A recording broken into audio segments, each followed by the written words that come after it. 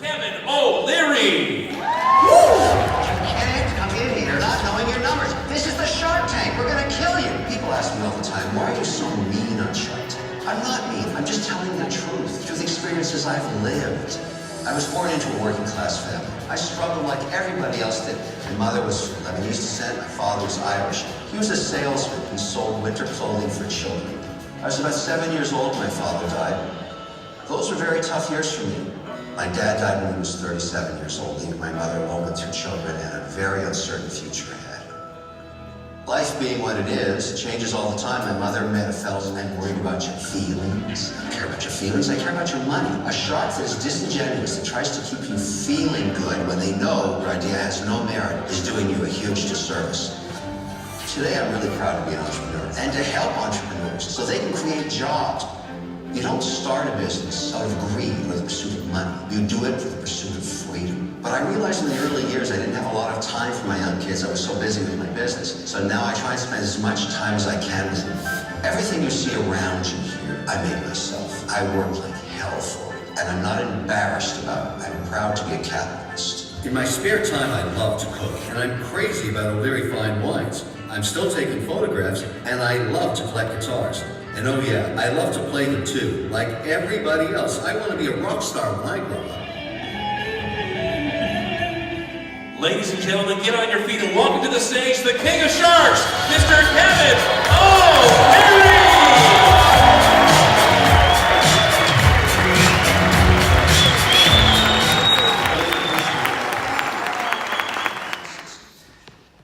You always hear the sharks saying, I wonder if this is proprietary. I wonder if I invest in this product. How do I get my money back? What's unique about it?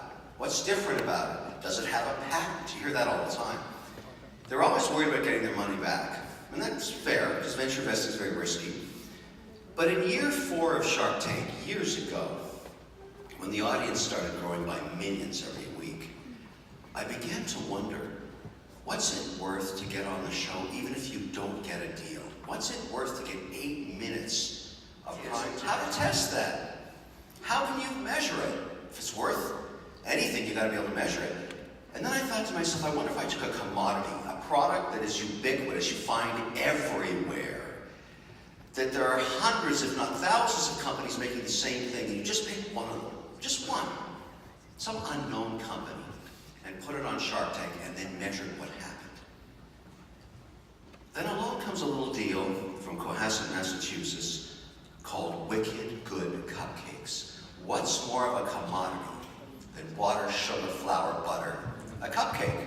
Anybody can make a cupcake. Within a mile of 4 commercial kitchens making cupcakes for tomorrow's coffee shops, for sure. The chance of them getting a deal was 0. Nobody wanted to invest in these guys because it's completely, you can't protect that, it's just a cupcake. But I thought to myself, maybe this is a good idea. Maybe we can, they wanted $75,000 to create a commercial kitchen to expand their operations. And I thought, this is a total commodity. What if I invest in this? Let's see what happens.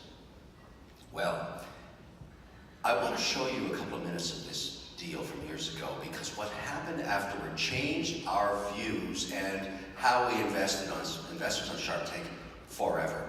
It also changed how every other company that came on Shark Tank worked with social media forever. It changed so many of our assumptions forever that it became the turning point of how Shark Tank was used to grow businesses. So let's watch this for a minute, and then I'm going to share what happened. And there are so many great lessons for everybody in this room. Even the sharks learned remarkable things from what happened here. So have a couple of minutes of Wicked Good Cupcakes.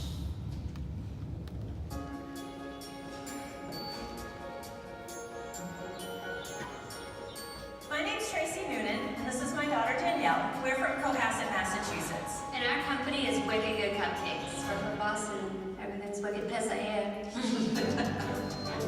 Our cupcakes were baked fresh daily from scratch. No boxes or mixes are ever used. We're at a point where our company is growing too fast for us to keep up. And we actually have a new twist on how to share our Wicked Good Cupcakes with the nation.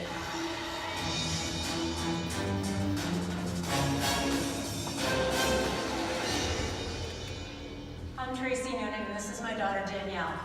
We own and operate Wicked Good Cupcakes. We're here today, On the mason jars, are there any alternative that would allow you to reduce your costs considerably?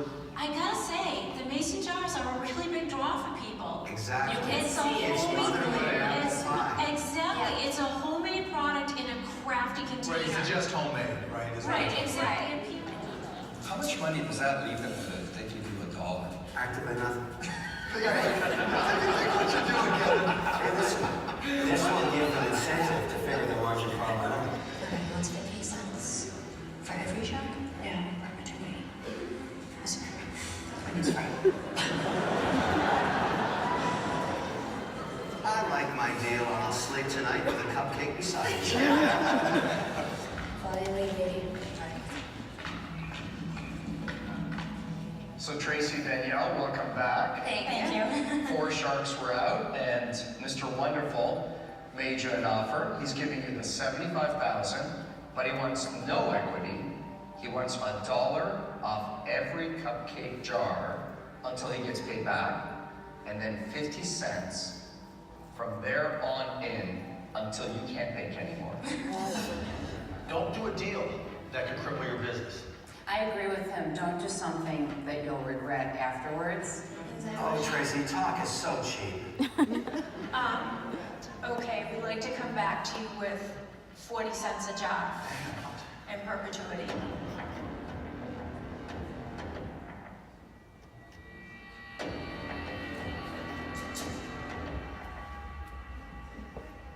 $0.45 you have a deal. Come to mama! That's great. Wow. It's fantastic. Get baking. Good morning. Congratulations. I'm gonna be very happy.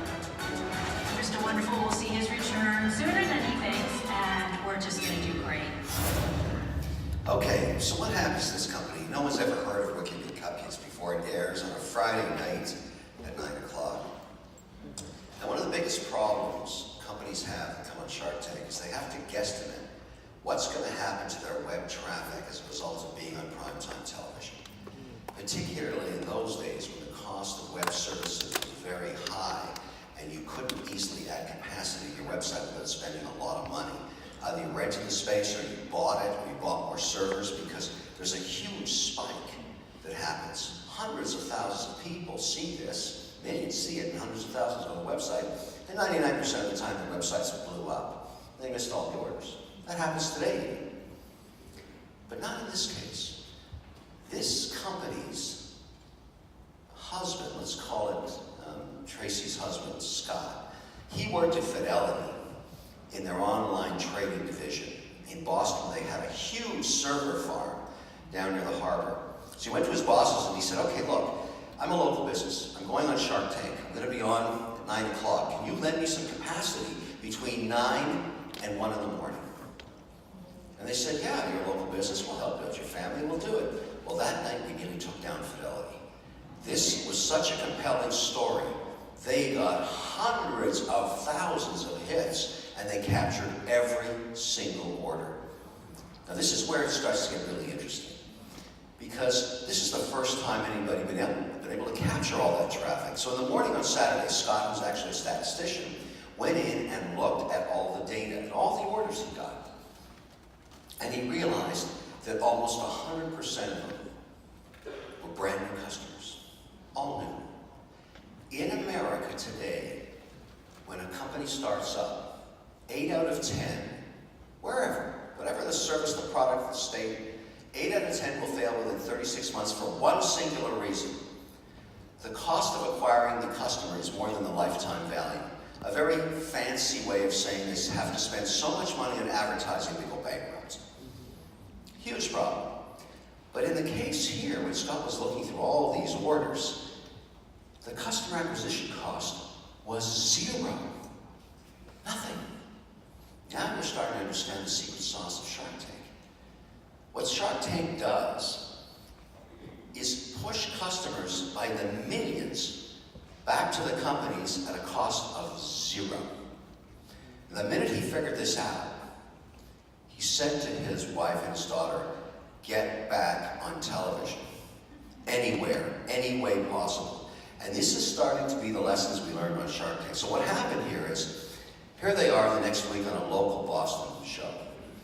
Picked up another 1,600 customers for free, for nothing.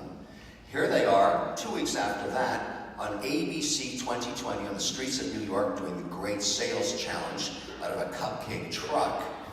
4.5 minutes of primetime television, 16,800 new customers. What Scott was doing was taking the video, chopping it up into 10 seconds, 29 seconds, 59 seconds, and serving it up on every single social media platform out there. Twitter, Instagram, Facebook, LinkedIn, and every single mommy blog, gifting blog, cooking blog, cupcake blog, you name it. Pushing and pushing it and pushing it for nothing. Something anybody in this room can do. And telling a story about the trials and tribulations of growing a business within a family. Every day, emailing every single customer saying, this is what happened to us today. Here's a new flavor we're experimenting with. Here's a new cupcake challenge. We put raisins in this flavor, and here's what we learned.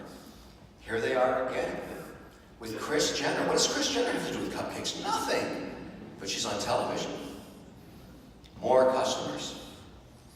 Here they are, a few years ago, selling their 1 millionth jar. 1 million in Faneuil Hall to a woman from Philadelphia. Every network was there for this one. 2 women that started a business in their kitchen. Now the #1 cupcake sold in America by FedEx. Now that's me collecting the $8.99 for the jar. Now let's think about quick back of the envelope math here. 1 million cupcakes. 45 cents a jar, 450,000 smackaroos.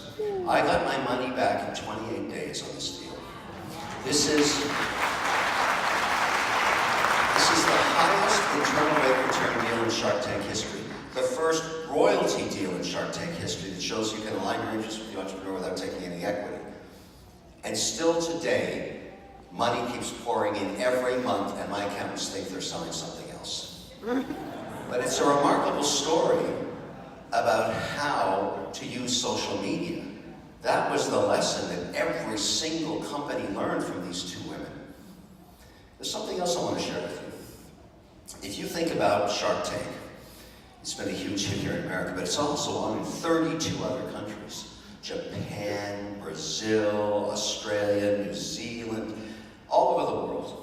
It doesn't matter what language you speak or what geography you're in, entrepreneurs are all the same. And the reason I tell you this, the show is actually owned by Sony, and they license it to all these countries. It turns out, in every single pitch that ends up getting funded, there are 3 common attributes present. Not some of the time, 100% of the time.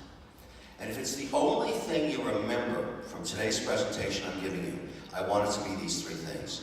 Because I have come to the conclusion that these 3 elements are the definition of leadership in every walk of life. Whether you're a preacher, a general, an entrepreneur, a politician, it's the same. In fact, when I teach graduating cohorts of engineers, this is what I teach them. I teach almost every week now, all over the country.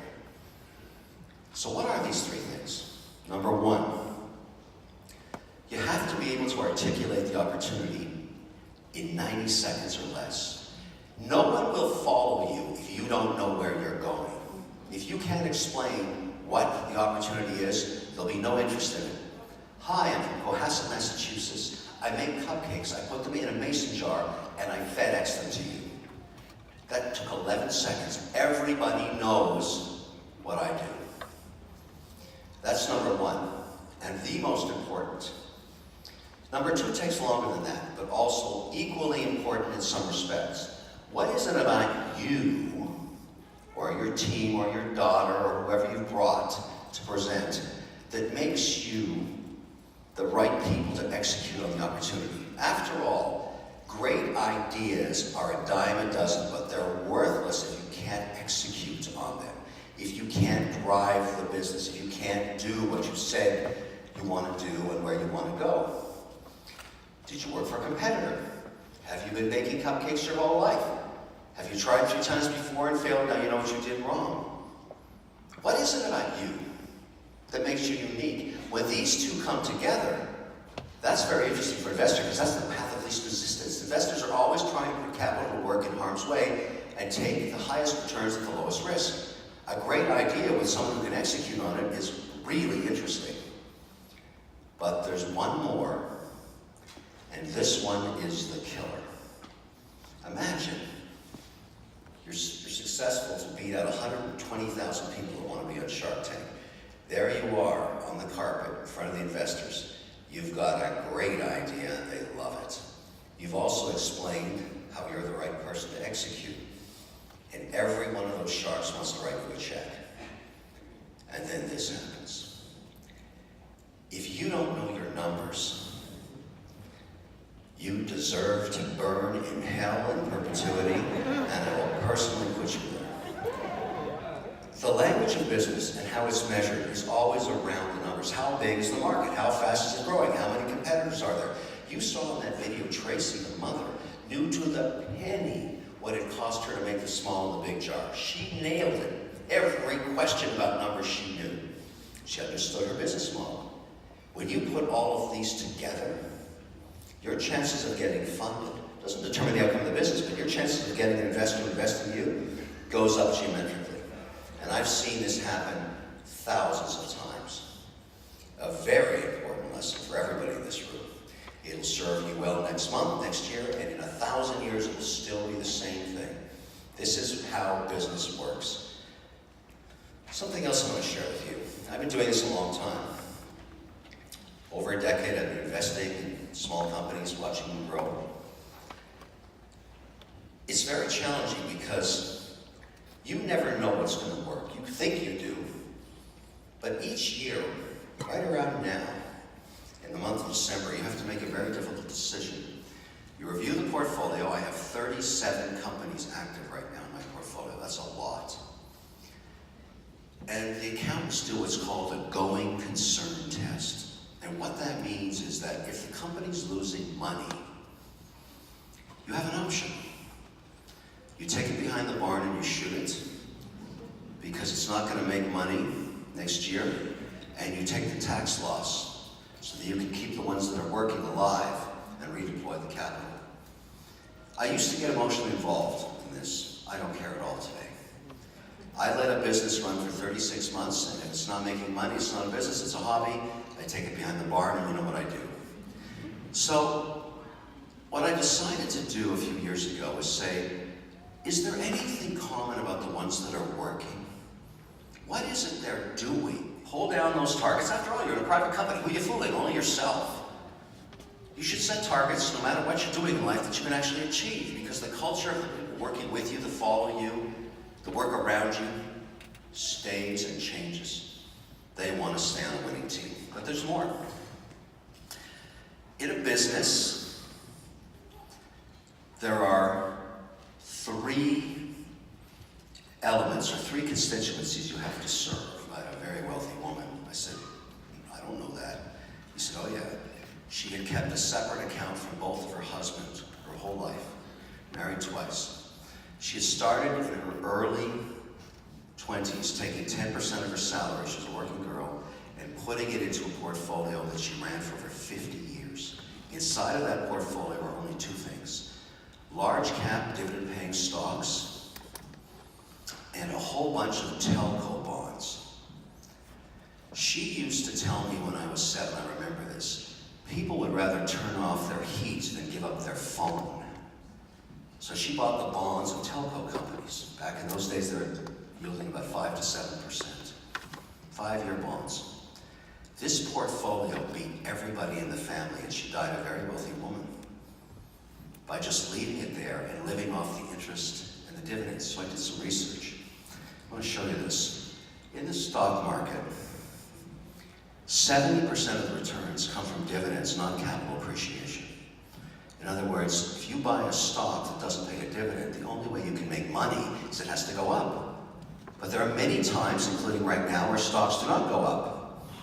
But if you own a profitable company that's forced, because it has a dividend policy, to pay your portion of your ownership in the form of a cash distribution, over a long period of time, that's where 70% of the returns come from.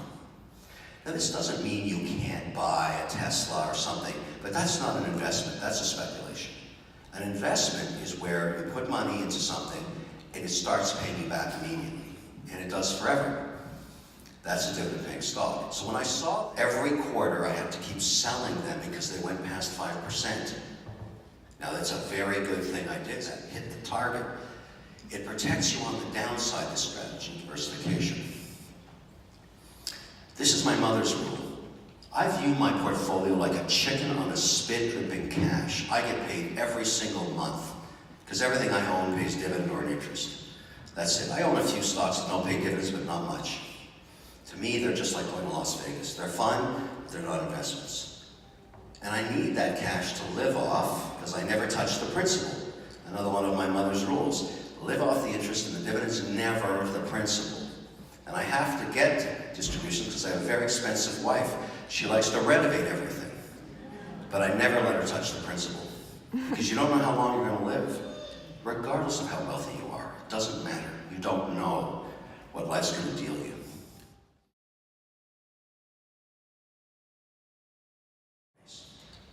It's boring as hell. It only makes about 3.7%, but it's stable. And when the market's going up and down, it provides the stability in my portfolio. I own a lot of credits of big companies. I own some T-bills, not many, because that's a bad deal right now, but a lot of other income, like real estate with income. As you pass the age of 40, you have to start focusing on preservation above performance. You don't need to beat the market. You need to keep the money you have, which means you have to be more and more and more conservative as you age. It's very hard to make back a 30 or 40% loss when you're 65 years old and you're retired. That's very tough. So you got to be conservative. That's what happens. And lastly, and I've learned this the hard way, in life, poo-poo happens. You don't know why or when it's going to hit. Catastrophic illness, car accident, family business fails. Something happens to you, and you need liquidity. I suggest 10% always in cash. You make about 1.8% these days. A lot of this you can do online with some of these banks that provide those kind of returns, but it's cash. And it's very important when you need it. I want to show you a picture of Shanghai in China. China's in the news every day now. This is what it looked like back in the 1990s. My daughter went there recently. Look at the same picture today. Can you imagine how much capital has flowed there to do that? So I did a little research. I'll share this with you. Because I never used to invest outside of the US, ever. I just bought our stocks. I figured those companies sell abroad, so they'll just get the upside of whatever's going on. Here's what I learned. This is a little complicated chart, but I'll explain it. I looked at every single index in every market in Asia, Europe, and America. And I made the assumption that we always beat the Europeans and the Chinese every year. Wrong. 50% of the time they beat us. So what I've learned to do, again, using ETFs, is I put 40% of my stock holdings in Europe and in Asia. So 20% in Asia, 20% in Europe, and last year Asia beat Europe and Europe beat us. This year we're beating them. But the long-term prognosis is you want a global holding basket of at least 40% outside of America. I'll leave you with a story about transition of wealth, because some of you are going to have to deal with this. As you age, you have to decide what you're going to do with your savings. When I graduated, I spoke with my mother earlier, she said to me, I've got good news, Kevin. I'm coming to your college graduation. But after this, there's no more checks. And I said, what do you mean no more checks? She said, I've paid for you from birth to last day of college, and I'm done. My work is over. You're on your own. I said, Mom, I don't have a job. She said, the dead bird under the nest never learns how to fly. I said, Mom, that's a great poem, but I need some cash here. Like, that's crazy. And she stuck to her guns. I had a really tough couple of years, but it worked out. What I learned from that experience affected me later in life when I had my first liquidity event. 9 of us who started the learning company or its predecessor, Softkey, sold the business for $4.2 billion.